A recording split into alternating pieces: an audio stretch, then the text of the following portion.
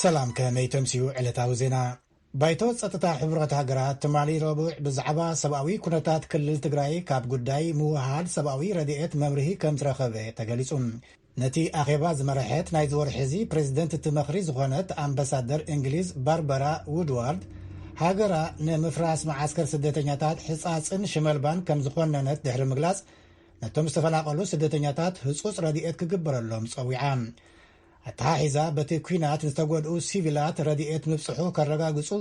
ምስ ሰብኣዊ ትካላት ሕብረት ሃገራት ትሰርሕ ኣለና ኢላ ሚኒስትር ወጻኢ ሃገራ ዶሚኒክ ረዓብ ዝሓለፈ ጥሪ 22 ኣብ ኢትዮጵያ ከም ዝበጽሐ ዝገለጸት ኣምባሳደር እንግሊዝ ኣብ ሰብኣዊ ሓገዝ ዝውዕል ልዕሊ $15 ሚልዮን ንኢትዮጵያ ከም ዝውሃብ ምግላጹ ሓቢራ ነቶም ሓገዝ ዘድልዮም ልዕሊ 2 ሚልዮን ሰባት ክበጽሖም መንገድታት ክኽፈት ብምጽዋዕ ድማ ኩሎም ወገናት ግጭት ሓዲጎም ንሓለዋ ሲቪላት ቀዳምነት ክህቡ ንጽውዕ ኢላላ ብኻል ወገን 2.3 ሚልዮን ህዝቢ ኣብ ክልል ትግራይ ኢትዮጵያ ህይወት ኣድሕን ረድኤት የድልየሎ ዝበለ ተሓላቒ ሰብኣዊ መሰላት ኣምነስቲ ኢንተርናሽናል እቲ ቀረባት ሰብኣዊ ረድኤት ኣሎ እዩ ግን ንኽበጽሖም ዘሎ ዕድል ድርቱ ብምባል ኣብ ልዕሊ መንግስቲ ቀዳማይ ሚኒስትር ኣብይ ኣሕመድ ጸቕጢ ንምፍጣር ጎስጓስ ክግበር ጸዊዕሎም ኣብ ክልል ኦሮሚያ ንብልጽግና ፓርቲ ድጋፍ ንምርኣይ ኣብ ዝተኻየዱ ሰልፍታት ጥሕሰት ሕጊ ምፍጻሙን ንሽም ካልኦት ሕጋዊ ፓርቲታት ፖለቲካ ዘጸልም መልእኽቲ ምትሕልላፉን ሃገራዊ ቦርድ ምርጫ ኢትዮጵያ ኣፍሊጡ ቤት ጽሕፈት ብልጽግና ፓርቲ ኦሮሚያ ብወገኑ እቲ ሰልፊ ዝተዳለወ ብህዝቢ እዩ እቶም ዝተነቕፉ ድማ ጽንፋውያን እዮም ይብል ሙኽታር ጀማል ሰለዶሎ ሚኒ ኣፍወርቂ ከተቕርበያ ሃገራዊ ቦርድ ምርጫ ኢትዮጵያ ኣብ ዝሃቦ መግለጺ ዝሓለፈ ሰሉስ 25 ጥሪ 2013 ዓ.ም ኢትዮጵያ ኣብ ዝተፈላለዩ ከተማታት ኦሮሚያ ንፓርቲ ብልጽግና ደገፍ ንምርኣይ ኣብ ዝተኻየዱ ሰልፍታት ዝነበሩ መደረታትን ጭርሑታትን ብሕጋውነት ተመዝጊቦም ንዝንቀሳቐሱ ፖለቲካዊ ፓርቲ ማለት ብሄራዊ ምንቅስቓስ ኣምሓራ ባልደራስ ንሓቀኛ ዲሞክራሲን ግንባር ነጻነት ኦሮሞን ብዓመፅ ተኸሲሱ ዝተሰረዘ ሕወሓትን ብሓባር ጸላእቲ ኢትዮጵያ ክብሉ ብምፍራጅ ካብ ሕጊ ዝወፅኦም ብምባል ንስነ ምግባር ምዝገባ ፓርቲታትን ጥሒሶም ኢሉሎም እቲ ቦርድ መልእኽትታት እቲ ሰልፊ ካብ ዝተፈላለዩ መሓውራት ዜና ኣኪቡ ከም ዝረኣዮ ገሊጹ ኣብቶም ሰልፍታት ዝተንጸባረቑ መደረታትን ጭርሑታትን ኣብቲ ኣዋጅ ዝተጠቕሰ ስም ዘጸልም ዘረባታት ዝኽልክል ስሪትን ከምኡውን ካልኦት ፓርቲታት ፖለቲካ ሓሳቦም ብነጻነት ከይዝርግሑ ስግኣትን ፍርህን ዝፈጥር ጥሕሰት ስነ ምግባር ፈጺሙ ረኺብዎ ኢሉሎም ብተወሳኺ እውን እቶም ኣስማቶም ዝተጠቕሱ ፓርቲታትን ገዛኢ ፓርቲን ተሰማሚዖም ዝፈረምዎ ሰነድ ቃል ኪዳን ኣብ ዓንቀጽ 8 ንኡስ አንቀጽ 1 ዝተጠቕሰ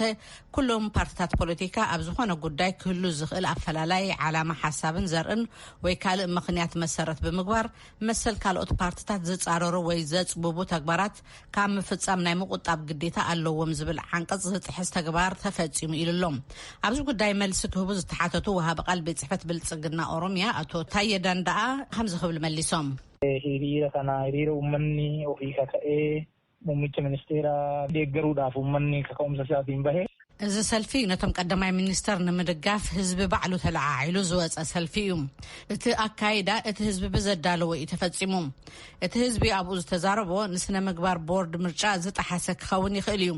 ግን ንሕና ከም ፓርቲ ብልጽግና ሕጊ ቦርድ ምርጫ ክኽበር ኣለዎ ኢልና ኢና ንኣምን ጌጋን ክፍተትን ኣብ ዘለዎ ቦታ ተስተኻኺሉ ሕጊ ክኽበር ኣለዎ ንብል ግን ጽንፈኝነት ብዝምልከት ከም መርገጽ ፓርቲ እውን ሓደጋ እዩ ኢልና ኢና ንኣምን መደረ ዝገበሩ ሰበስልጣን ብህዝቢ ተዓዲሞም የማኡ ተረኺቦም ዝተዛረብዎ ናይ ኣፍ ጌጋ እንተልዩ ክርአይ ከኣል እዩ ግን ነቲ ሰልፊ ንሕና ኣየዳለናዮን ኢሎም ኣለዉ ኣቶ ታየ ዳንዳኣ ወሃቢ ቃል ቤት ጽሕፈት ብልጽግና ኦሮሚያ ኣቶ ታየ ዳንዳኣ እቲ ሰልፊ ደገፍ ብህዝቢ ዝተዳለወ ዳ እምበር መንግስቲ ኾነ ገዛኢ ፓርቲ ኣየዳለውዎን ኢሎም ኣለዉ ሃገራዊ ቦርድ ምርጫ ብወገኑ ከምዚኦም ዝበሉ ጥሕሰታት ስነ ምግባርን ዝተተሓሓዙ መምርሕታትን ብፓርቲታት ንህዝቢ ዝወሃቡ መልእኽትታት ክትትል ብምግባር ክሳብ ምስራዝ ሕጹይነት ክበጽሕ ዝኽእል ምምሕዳራዊ ስጉምቲ ከውስድ ዝኽእል እዩ ክብል ኣተሓሳሲብሉ ይብል ሙክታር ጀማል ካብ አዲስ አበባ ዝለኣኾ ጸብጻብ ይቐኒልና ምንያ ኢትዮጵያ ኣብ ልዕሊ ኤምባሲ ኢማራት ዓረብ መጥቃዕቲ ክፍጽሙ ውዲት ይኣልሙ ነይሮም ዝበለቶም 15 ሰባት ኣብ ትሕቲ ቁጽጽር ከም ዘእተወት ኣፍሊጣ ንኣገልግሎት ዜና ኢትዮጵያ ብምጥቃስ ሮይተርስ ከም ዝሓበሮ እቲ ጉጅለ ካብ ወጻእተኛታት መምርሒ ብምቕባል እዩ ይሰርሕ ነይሩ ኣብቲ ስርሒት ድማ ቁፅሩ ዘይተገልጸ ብረትን ተተኮስትን ሰነዳትን ተታሒዙሎ ኢሉ እቲ ጉጅለ ካብ ናይ ወፃኢ ኣሸባሪ ጉጅለ ተልእኮ ወሲዱ ኣብ ልዕሊ ህይወትን ንብረትን ዕንወት ከውርድ ይዳሎ ነይሩ ይብል ትካል ስለያ ኢትዮጵያ ርእቶ ክህብ ዝተሓተተ ሚኒስትሪ ወፃኢ ኢማራት ዓረብ መልሲ ኣይሃበን ዝብል ጸብጻብ ሮይተርስ እቲ ጉጅለ ኣብ ጎረቤት ሃገር ሱዳን ኣብ ልዕሊ ዝርከብ ኤምባሲ ኢማራት ዓረብ እውን መጥቃዕቲ ክፍጽም መደብ ከም ዝነበሮ ንትካል ስለያ ኢትዮጵያ ዝተቐሰ ሮይተርስ ሓቢሩሎም ኣገልግሎት ሃገራዊ ስለያ ኢትዮጵያ ብዛዕባ እቲ ውዲት ምስ ናይ ሱዳን መዘንኡ ይሰርሕ ከም ዘሎ እውን ጠቒሱሎ ካብ ወገን ሱዳን ዛጊት ዝተረኽበ ርእቶ ግን የለን። እዚ ድምፂ ኣሜሪካ እዩ። ፍሉጥ ነቓፊ ሂዝቦላ ኣብ ደቡባዊ ሊባኖስ ተቐቲሉ። ነቲ ብኢራን ዝድገፍ ሂዝቦላ ጽሑፋት ብምውፃእ ብምንቃፍ ዝፍለጥ ሎክማን ሰሊም ኣብ ደቡባዊ ሊባኖስ ኣብ መኪና ብጥይት ተቐቲሉ ከም ዝተረኽበ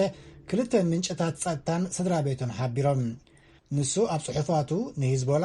ብምብዕባዕን ንፖለቲካዊ ኣረኣያ ዘይተጸዋርነትን ይነቅፍ ምንባሩ ተሓቢሩሎም። ስልጣን ዝመንዘዐ ወተሃደራዊ ሓይሊ ማይንማር ፌስቡክ እውን ዓጺዎ። እዚ ዝኸውን ዘሎ ነቲ ሲቪላዊ መንግስቲ ድሕሪ ምዕላው ህዝባዊ ተቃውሞ እናሓየለ ስለ ዝመፀ ምዃኑ ተፈሊጡሎም። ሚኒስትሪ ሓበሬታን ርክብን ኣብ ዘውፅኦ መግለፂ ኣብታ ሃገር ርግኣት መታን ክረጋገጽ ክሳብ ሰንበት ፌስቡክ ክዕጾ ኢሉሎም። ኣብ ማይንማር ፌስቡክ ልዕሊ ኩሉ ዝፍለጥ ማሕበራዊ ሚድያ ምዃኑ እውን ተሓቢሩሎ። ዋና ጸሓፊ ሕቡራት ሃገራት አንቶኒዮ ጉተረዝ እቲ ኣብ ማይንማር ዝተፈጸመ ዕልዋ መንግስቲ ክዕጸፍ ምስ ወሰንቲ ዝበሃላ ሃገራት ከም ዝሰርሕ ኣፍሊጡሎም። ፕሬዚደንት ዩናይትድ ስቴትስ ጆ ባይደን ሎሚ ኣብ ሚኒስትሪ ወፃኢ ተረኺቡ ኣብ ዝሃቦ ፈላማይ ዓብዪ መደርኡ ኣብ ፖሊሲ ወፃኢ ዘለዎ ራእይ ኣቐሚጡሎም። ባይደን ኣብ ጉዳይ ቻይና፣ ሰሜን ኮርያ፣ ሩስያን ኢራንን ብዝርዝር ዘይኮነስ ብሓፈሻ እዩ ክዛረብ ዝብል ሓበሬታ ቀዲሙ ወፂኡ ነይሩ። ወሃቢት ቃል ዋይት ሃውስ ጄን ፕሳኪ ትማሊ ክትገልጽ ከላ ዩናይትድ ስቴትስ ኣብ ጉዳይ ቻይና ምስ መሓዙታ ብምቅርራብ ክትሰርሕ ባይደን ከም ዝኣምን ሓቢራ ነይራ።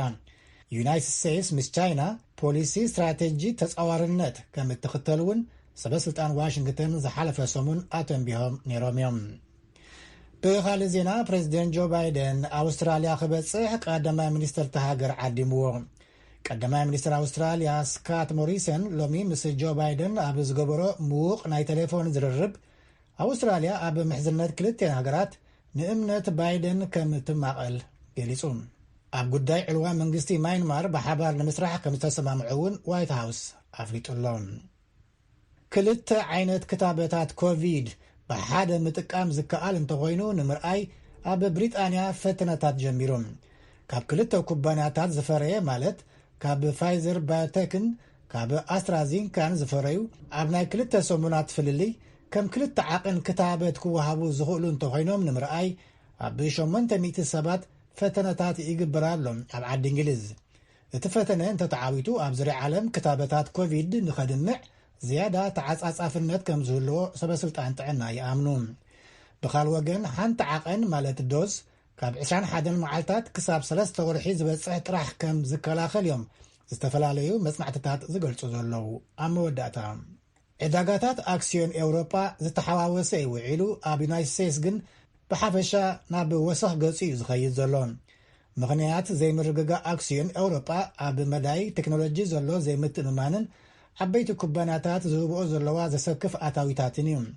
ዕዳጋ እስያ እውን ናይ ቦምበይ ሰንሰክስ ኢንደክስ ገዲፍካ ካልኦት ኣብ ክሳርዐን ውዒለን። ኣብ ዕዳጋታት ጥረ ሃብቲ እንተኸይድና እውን ወርቂ ብቁሩብ ጎዲላ፣ ነዳዲ ግን ብቁሩብ ወሲኻ ውዒላ ብዙርያ ዓለም።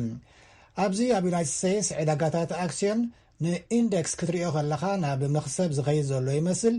ንድጎማ ኮሮና ተባሂሉ ክወሃብ ኣብ መገዲ ዘሎ ግዙፍ ዓቐን ዘለዎ ገንዘብ ሓደ ረቕዋሒ ምዃኑ ይግለጽ። ዜና ብዝፍጸም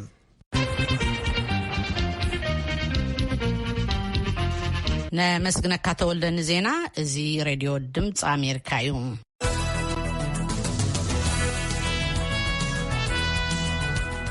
ናይ ፕሮግራም መላለይ VOA መደብ ቋንቋ ትግርኛ ቀዳምን ሰንበትን ዝፍነው ሰሙናዊ ሓድሽ መደብ ሕቶን መልስን ወይ ከዓ ኮሊን ሾው ጀሚሩሎም ብመሰረት እዚ አጋይሽን ዓደምና ኣብ እዋናዊ ከባቢያዊ ሃገራዊ ዞባውን አህጉራውን ጉዳያት ንምዝራብ ዝሓዝናዮ መደብ ሎምውን ክልተ አጋይሽ ከነቅርበልኩም ኢና አጋይሽና አቶ ሙላለም ስላሴ አካይድ ስራሕ ዘይመንግስታዊ ማሕበር ህያብ ካብ ዓዲግራት ምስተረባሕቲ ልግስቲ ማሕበርን ከምኡውን አቶ ሙሉ ኃይለ ስላሴ ካብ መቐለ አካይድ ስራሕ ማእከል ምትሕባር ስራሕቲ ምግባር ሰናይን እዮም ዝዘራረብሉ አርእስቲ ድማ ግብረ ሰናይን ተራድኦን ዝምልከት ክኸውን እዩ ሬድዮ ድምፂ አሜሪካ አገልግሎት ቋንቋ ትግርኛ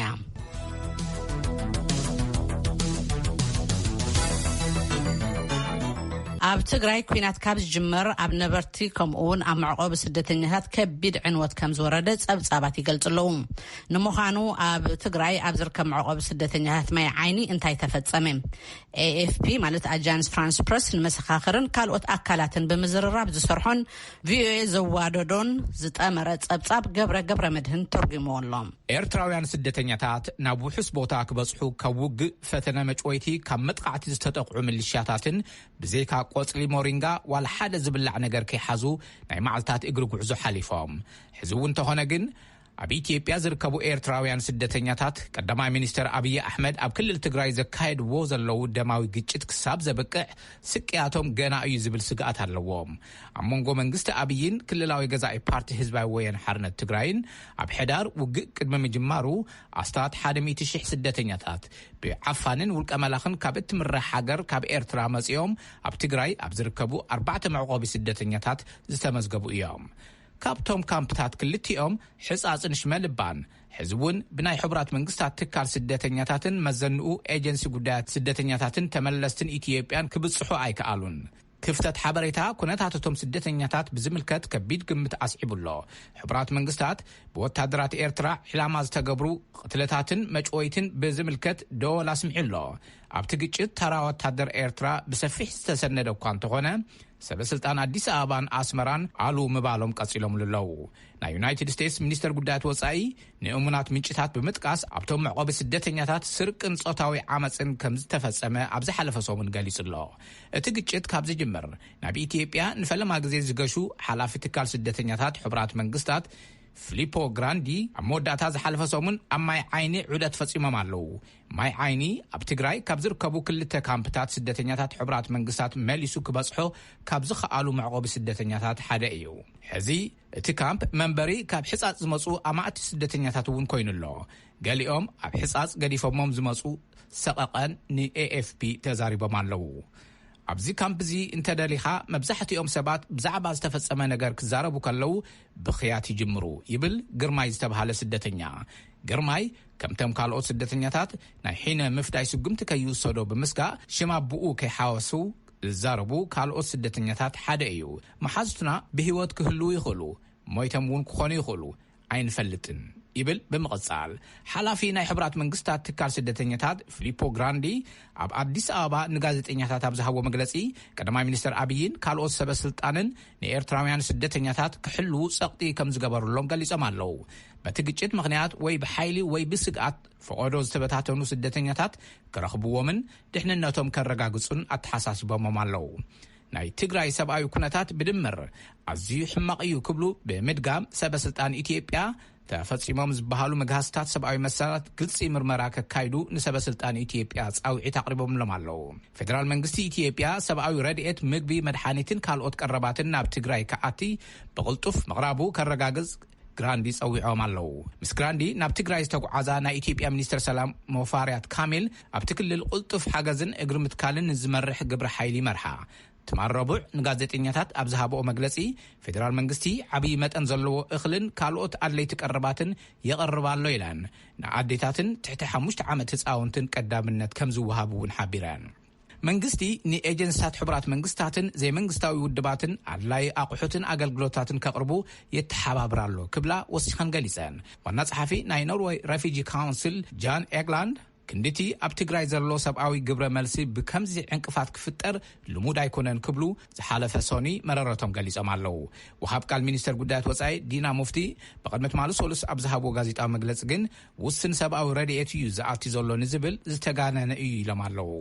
ህወሓት ንናይ ኢትዮጵያ ፖለቲካ ንኣስታት 30 ዓመታት ዓብሊልዎ እዩ። ኢትዮጵያን ኤርትራን ዓሰርተታት ኣሽሓት ዝቃተለ ካብ 1998 ክሳብ 2000 ኣቋፅራ ፈረንጂ ናይ ዶብ ኩናት ከካይዳ ከለዋ ህወሓት ኣብ ስልጣን ነይሩ። ኣብ መንጎ ክልቲአን ሃገራት ንኣስታት 20 ዓመታት ዶታ ኣብ ዝተፈጠረሉ እዋን እውን ዓብላሊ ነይሩ።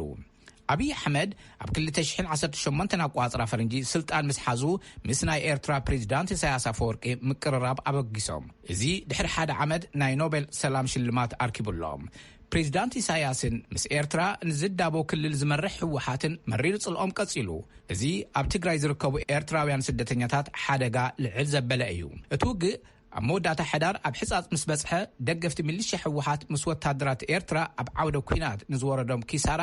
ብሒነ ንስደተኛታት ከም ዝቐተሉ ብዙሓት ስደተኛታት ንኤኤፍፒ ተዛሪቦም ኣለው። ኣብ ሓደ ንግሆ እቶም ዕጡቃት ካብ ቤተ ክርስቲያን ወጻኢ ንትሽዓተ ኤርትራውያን መናእሰይ ቀቲሎም ይብሉ። ካብ ሕጻጽ ወጻኢ ደኩኖም ዝነብሩ ሓይልታት ደገፍቲ ህወሓት ዝጠመዩ ነበርቲ ምግቢ ከይረኽቡ ንሰሙናት ብምኽልካል ከም ልጡን ንምውፃእ ዝፈተኑ ድማ ብዙሓት ተኩሶም ከም ዝቐተሉ ወሲኾም ገሊጾም። ፈለማ ክነኣምን ኣይከኣልናን ምክንያቱ ተመሳሳሊ ቋንቋ ኢና ንዛረብ ይብል ግርማይ ብዛዕባ ሓይልታት ደገፍቲ ህወሓት ክዛረብ ከሎ ቀደም ኣዕሩኽትና ነይሮም ብሃንደበት መጺኦም ቀቲሎም በለን ንሱ ብምውሳኽ ወታደራት ኤርትራ መግሃዝቲ ፈጺሞም እዮም ይብሉ እቶም ስደተኛታት ንዓሰርተታት ሰባት ምናልባሽ እውን ካብኡን ላዕሊ ናብ ዘይተፈልጠ ቦታ ከም ዝወሰድዎም ወሲኾም ይሕብሩ። ወታደራት ኤርትራ ንገሊኦም ብምሓዝ ክሓትዎም ጀሚሮም ኣነ 26 ወይ 27 ሰባት ቆፂረ ኢሉ ሓደ ስደተኛ ብጽባሒቱ ናብ ካሊእ ቦታ ወሲዶምዎም ኣበይ ከም ዝኣተዉ ኣይንፈልጥን ኢሉ። ብዙሓት ስደተኛታት ካብ ኤርትራ ዝተሰደዱ ብግዲ ካብ ዝወሃብ ሃገራዊ ኣገልግሎት ንምምላጥ እዩ ናብታ ገሊኦም ቁሉዕ ቤት ማእሰርቲ ኢሎም ዝገልጽዎ ሃገር ተመሊሶም ናብ ኣገልግሎት ክምለሱ ከይግደዱ እዮም ዝዓበየ ስጋኣቶም። መንግስቲ ኢትዮጵያ ነቲ መግሃዝቲ ምርምሮ ከም ዘሎን ኣብ ሕጻጽ ነብሩ ኩሎም ናብቲ ቅድሚ ግጭት ዝነበረ በዝሒ ህዝቢ ማለት እውን ናብ ኣስታት 11,000 ዝግመት ንምምላስ ከም ዝፍትን ፈጻሚ ዳይሬክተር ኤጀንሲ ጉዳያት ስደተኛታትን ተመለስትን ተስፋሁን ጎበዛ ይገልጹ። ኤርትራውያን ወታደራት ንኤርትራውያን ስደተኛታት ወሲዶም ዝበሃል ጥሉል መርትዑ ኣይረኸብናን ኢሎም ተስፋ ዓለም ንኤኤፍፒ ከም ዝገለጽዎ ሓይልታት ኤርትራ ኣብ መጀመርያ ወርሕን ሕጻጽ ተቆጻጺሮም ኣብቲ ካምፕ ንዝተረፉ ስደተኛታት ንክወጹ ኣገዲዶምዎም ይበሃል። ክንቀትለኩም ኢና ኢሎም ኣፈራሪሖምና ሰባት ሰጊኦም ኢሉ ሕዚ ኣብ አዲስ አበባ ዝርከብን ሽሙ ክግለጸሉ ዘይደልየን ስደተኛ ኣስታት 3,000 ስደተኛታት ሕጻጽን ክብጻሕ ዘይኽእል ሽመልባን ብእግሪ ተጓዒዞም ብዘይ ማይ ቆጽሊና በልዑ ኣብ ክልተ ካምፕታት ኣትዮም ኣለው። ኣብ ማይ ዓይኒ ሓደሽቲ በጻሕቲ ጽሩይ ዝተማይን ዝድቅስሉ ቦታ ከም ዘይብሎምን ይገልጹ። ዝዓበየ ስግኣቶም ግን ድሕነቶም እዩ። ሰፊሕ ናይ ፌደራል ወታደር ኣብቲ ከባቢ እንተሃለውን ሚሊሻታት ደገፍቲ ህወሓት ነቲ ካምፕ ከጥቅዑ ይኽእሉ እዮም ዝብል ስግኣት ኣለዎም። ኣብዚ ከመይ ገይሩ ድሕነት ክስምዐኒ ይብል ካብ ብቆልዑኡ ጀሚሩ ኣብ ማይ ዓይኒ ዝነብር ናትናኤል ኣስዕብ ኣቢሉ ብዙሓት ሚሊሻታት ኣብ ዙርያት ካምፕ ኣለዉ ይብል። ተስፋ ዓለም መሰረታዊ ዝኾኑ ኣገልግሎታት ኣብ መምላእ ምዕባለ ከም ዘሎ ይገልጽ። እቶም መዕቆቢ ስደተኛታት ውሕሳት እዮም ይብል ብምውሳኽ እቶም ካብ ርክብ ወጻኢ ኮይኖም ዘለዉ ክልተ ካምፕታት ንቅድሚት ዝረአ እዩ። ናይ ሳተላይት ምስልታት ከም ዘርኣይዎ ንምዕናው ዝተበገሰ ወፍሪ ብዝመስል ኣብ ክልቲኦም መዕቆቢ ስደተኛታት ሰፊሕ ጉድኣት ወሪድዎም ኣሎ። ብመሰረት ኣብ ብሪታንያ ዝመደብሩ ዲኤክስ ኦፕን ኔትወርክ ዝተብሃለ ትካል እዞም መዕቆቢ ስደተኛታት ብሰብኣውነት ሓለዋ ክግበረሎም ዝግብኡ እኳ እንተነበሩ ኣብቶም ዝሓለፉ ክልተ ኣዋርሕ ክልቲኦም ካምፕታት ኮነ ተባሂሉ ዒላማ ኮይኖም እዮም ይብል እቲ ትካል ኣብ ዘውፅኦ መግለጺ። ቅድሚ እቲ ግጭት መንግስቲ ቀዳማይ ሚኒስትር ኣብይ ንዞም ናይ ሰሜን ካምፕታት ብምውጋድ ነቶም ስደተኛታት ናብ ካልእ ንምግዓዝ ብግልፂ ይዛረብ ነይሩ። እቲ ትልሚ ብህወሓት ተጠሊፉ ዝበሉ ተስፋ ዓለም ሕዚ ግን ዳግም ክጅምር እዩ ኢሎም